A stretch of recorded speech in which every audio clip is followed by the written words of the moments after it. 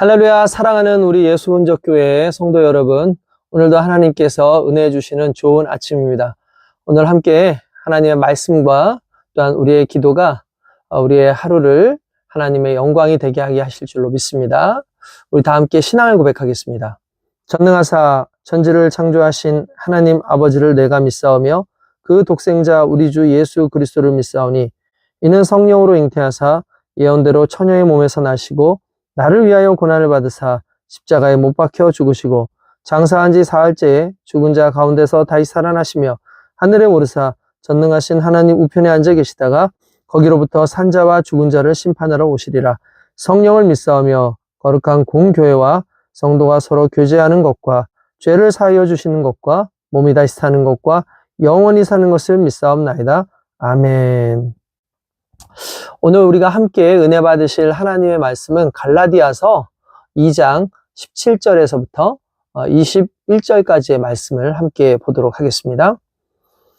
만일 우리가 그리스도 안에서 의롭게 되려 하다가 죄인으로 드러나면 그리스도께서 죄를 짓게 하는 자냐? 결코 그럴 수 없느니라. 만일 내가 헐었던 것을 다시 세우면 내가 나를 범법한 자로 만드는 것이라. 내가 율법으로 말미암아 율법에 대하여 죽었나니 이는 하나님에 대하여 살려 함이라. 내가 그리스도와 함께 십자가에 못 박혔나니 그런즉 이제는 내가 사는 것이 아니요 오직 내 안에 그리스도께서 사시는 것이라. 이제 내가 육체 가운데 사는 것은 나를 사랑하사 나를 위하여 자기 자신을 버리신 하나님의 아들을 믿는 믿음 안에서 사는 것이라. 내가 하나님의 은혜를 패하지 아니하노니 만일 의롭게 되는 것이 율법으로 말미암으면 그리스도께서 헛되이 죽으셨느니라. 아멘. 네, 오늘 본문 말씀에 대해서 우리가 조금 더 깊이 살펴봐야 될 것 같습니다. 특별히 오늘 본문 말씀을 통해서 우리가 율법과 또한 은혜에 대한 오해가 없어야 된다라는 것을 일단 기본적으로 이야기하고 싶은 것은, 일단 율법과 은혜 가운데 우리가 은혜로 말미암아 구원을 받지 않습니까? 근데 우리가 은혜를 받아서 구원을 받아요. 말 그대로 예수님을 믿음으로 우리가 구원을 받습니다. 그러니까 많은 사람들이 또다시 이런 의문을 제기하는 거예요. 아니, 그러면 만약에 너희가 예수님을 좋다, 믿었다고 하자. 그리고 예수님을 믿는 믿음으로 구원을 받았다고 하자. 그럼 율법은 완전히 폐기된 거냐? 그럼 율법은 지키지 않아도 되는 거냐? 근데 만약에 율법을 지키지 않는다면, 예수님을 믿었으니까 이제 우린 구원받았으니까 이제 율법 같은 거 지키지 않아도 돼 라고 한다면 우리가 오히려 더 많은 죄를 짓게 되는 건 아니냐. 율법을 오히려 어기는 죄를 짓는 것이 아니냐. 그러면 결국 율법을 어기는 죄를 예수님을 믿는 그 사람들이 예수를 믿었기 때문에 괜찮다라고 한다면 예수님이 결국 죄를 조장하는 것 아니냐. 죄를 짓게 하신 것 아니냐라는 그런 이야기를 합니다. 그러니까 바울이 이 부분에 대해서 무슨 그런 말도 안 되는 소리를 하느냐, 그렇게 이 얘기를 하죠. 그러면서 어떤 이야기를 좀 중심적으로 하냐 하면은 19절 보니까 내가 율법으로 말미암아 율법에 대하여 죽었나니 이는 하나님에 대하여 살려 함이라 라고 그렇게 이야기를 합니다. 이 내용을 조금 더 쉽게 이해를 하자면 이런 거죠. 결국 우리는 율법에 의해서 죄인이라는 것이 판명이 됐습니다. 그러면 죄인이라는 것은 어떻게 되느냐? 결국 성경에는 모든 죄인들은 하나님 앞에서 죽음을 맛보게 되어 있고, 또한 죽음 이후에 심판이 있고, 예수를 믿는 사람들은 영생으로, 믿지 않는 사람은 영벌로 떨어진다고 그렇게 말을 하고 있습니다. 그러면 좋습니다. 우리가 구원을 받아야 됩니다. 그러면 예수를 믿는다는 것, 그게 무슨 의미인가요? 일단은 예수를 믿는다는 건 일단 예수 그리스도께서 나의 구주라는 걸 믿는 겁니다. 그분이 나의 주인이라는 걸 믿어요. 그러면서 내가 주인이신 예수님과 하나 되어서 십자가에 달려 죽은 겁니다.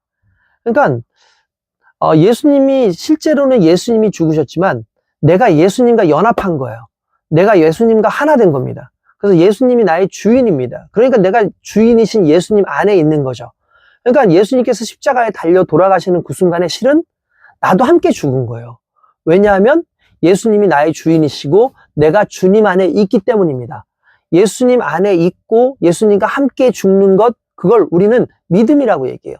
그러니까 우리가 주님을 나의 주인으로 믿습니다라고 함으로 말미암아 내가 예수님의 십자가에 함께 달려 죽었다라는 것을 인정하는 것이죠. 그러면 예수님께서 이제 십자가에 달려 죽으셨죠. 그럼 우리도 죽은 거예요? 그러면 예수님 만약에 죽는 것으로 끝났다면 우리도 의미가 없잖아요. 우리도 같이 영원한 형벌 가운데서 죽음으로 끝나버린 것 아닙니까? 근데 여기에서 우리가 한 가지 알아야 되는 것은 예수님이 죽음으로 끝나지 않고 예수님이 다시 살아나셨다라는 거죠. 왜 예수님께서 살아나셨습니까? 예수님은 생명입니다.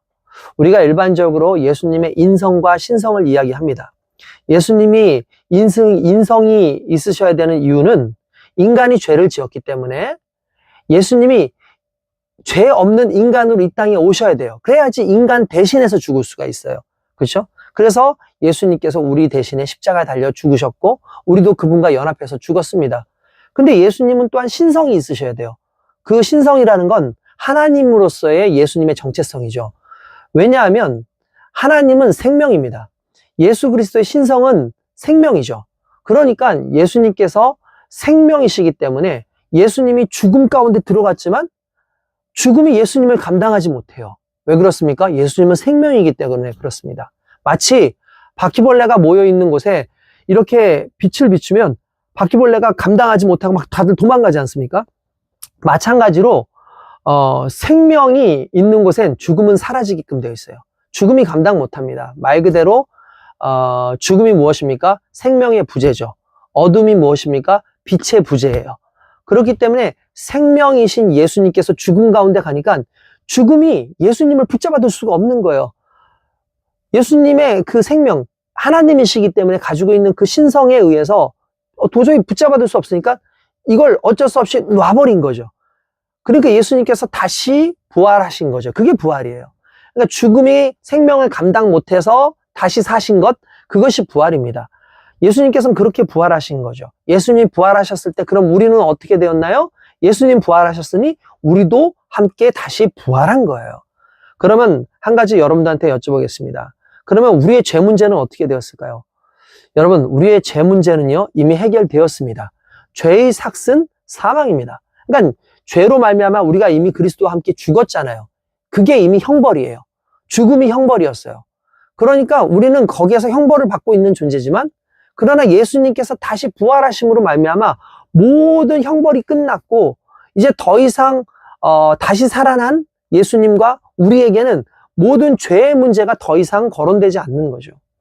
그게 하나님의 은혜, 그리스도 예수의 은혜로 말미암아 구원받은 우리의 삶이라는 겁니다. 그래서 오늘 본문 20절에도 뭐라고 계속 나오냐면 오직 내 안에 그리스도께서 사시는 것이라 이제 내가 육체 가운데 사는 것은 나를 사랑하사 나를 위하여 자기 자신을 버리신 하나님의 아들을 믿는 믿음 안에서 사는 것이라 라고 되어 있습니다. 여러분 그렇습니다. 우리가 하나님의 아들을 믿는 믿음 안에서 이제 사는 거예요. 그러니까 우리가 더 이상 과거에 이 아담 때부터 내려오던 그런 인류의 모든 죄들이 이미 십자가의 사건으로 말미암아 다 형벌 안에서 죽음으로 끝나버렸고 예수님이 부활할 때 믿음으로 나도 함께 부활했기 때문에 이전 죄가 우리에게 적용되지가 않는 거죠. 이걸 일반적으로 일사부재리의 원칙이라고 그렇게 얘기를 해서 한번 어떤 형 집행을 했으면 그 다음에 그 똑같은 죄의 문제로 그 형을 다시 집행하지 않습니다. 그러니까 이제 우리가 이제 더 이상 죽음의 어떤 문제로 고민할 필요가 없는 것이죠. 그래서 예수 그리스도로 말미암아 우리는 부활했고 부활의 소망이 우리 가운데 있는 것입니다. 그러면서 이제 우리가 무슨 삶을 살아야 되냐는 거죠. 과거의 삶이 아니라 이제는 예수 그리스도 안에 있는 생명의 삶을 살아야 된다는 거예요. 그러니까 이 부분이에요. 그러니까 율법이 더 이상 우리에게 어떠한 해를 주지 못하고 율법이 더 이상 우리를 어떻게 할 수 없는 이유는 그거는 뭐 우리가 예수를 믿고 하면은 율법 아무것도 아니야 그런 의미가 아니라 이제 우리의 존재가 바뀐 거예요. 우리의 존재가 이제는 예수 그리스도로 사는 겁니다. 내가 예수 그리스도로 사는 거예요. 그러니까 예수 그리스도께서 나의 주인이시기 때문에 이제는 내가 예수 그리스도로 산다라는 것은 더 이상 예수 그리스도로 사는 사람들이 세상의 죄악으로, 세상의 어떠한 그런 욕심으로 살아가면 안 되지 않겠습니까? 그러니까 율법이라는 것은 어떤 기능이 있느냐면 그냥 죄만 알게 하는 게 아니라 인간으로 하여금 더 이상 죄를 짓지 않게 하기 위해서, 죄의 경각심을 갖기 위해서 우리에게 주신 거죠, 어떻게 보면은. 근데 우리는 그런 것과 상관없이 예수 믿는 자는 당연히 그런 죄를 짓지 말아야죠. 예수 믿는 사람이라면 당연히 하나님과 분리되지 않는 것, 하나님의 원하시지 않는 것을 따라 살지 않고, 정말 예수 그리스도는 하나님께서 기뻐하신 하나님의 뜻을 따라 행하셨던 것처럼 우리도 이제 그리스도 예수 안에서 살아가기 때문에, 예수 그리스도를 믿는다는 것은 율법을 안 해도 돼가 아니라 오히려 예수를 믿는다는 것은 예수 그리스도의 영광스러운 삶을 살기 위해서 오히려 세상 가운데 빛으로, 소금으로 더욱더 선하게 살 의무를 가지고 살아가게 되는 거예요. 그러니까 우리가 예수를 믿음으로 말미암아 구원을 받는다는 것 속에선 율법이라는 것은 폐기하는 것이 아니라, 율법이 우리에게 구원의 요소는 아니지만 그러나 예수를 믿고 하나님의 자녀로 살아가는 사람들은 그 율법을 통해서 또 하나님께 영광을 돌리고 선한 삶을 살아가는 본을 보여야 된다는 것이죠. 그렇기 때문에 이 은혜 속에 저와 여러분들이 살아가고 있다는 걸 늘 의식하고, 오늘 하루도 내가 율법 때문에, 그러니까 율법으로 인해서 착한 일을 해야 된다가 아니라, 내가 하나님 안에서 예수 안에서 있는 자기 때문에 그리스도의 선한 사역을 내가 하기 때문에 이렇게 선한 일들을 해야 된다라는 그 의식으로 살아간다면, 여러분, 의무가 아니라 오히려 감사로, 기쁨으로 주의 사역과 선한 삶을 살아갈 수 있을 것이라 믿습니다. 오늘 저와 여러분들이 그런 하루를 사시길 주님의 이름으로 축원드립니다. 거룩하신 아버지 하나님, 감사합니다. 율법이 우리를 정죄하였기 때문에 우리가 죄인이지만, 그러나 그리스도 예수의 십자가 안에서 나는 죽고 그리스도의 부활로 말미암아 내가 다시 살았기 때문에 그 정죄로부터 이제 더 이상 우리는 아무런 죄의 효력을 받지 않습니다. 이제 우리가 다시 그리스도의 은혜 가운데 살아가는 것은 이제 그리스도로 말미암아 이제 더 이상 내가 과거의 죄의 인생이 아니라 그리스도의 생명의 인생이기 때문에 내가 살아가는 것 하나하나가 결국 하나님께 영광이 되어지고 하나님 앞에 구원받은 기쁨의 그 표현으로 계속해서 하나님의 선한 사역을 감당한다라는 사실 앞에 오늘 하루 정말 의무적으로 살아가는 인생이 아니라 기쁨으로, 감사함으로 살아가는 우리의 삶이 될 수 있도록 인도하여 주시옵소서. 감사하고 예수님의 이름으로 기도드리옵나이다. 아멘. 자, 오늘 하루도 기쁨 가운데 승리하시기 바랍니다.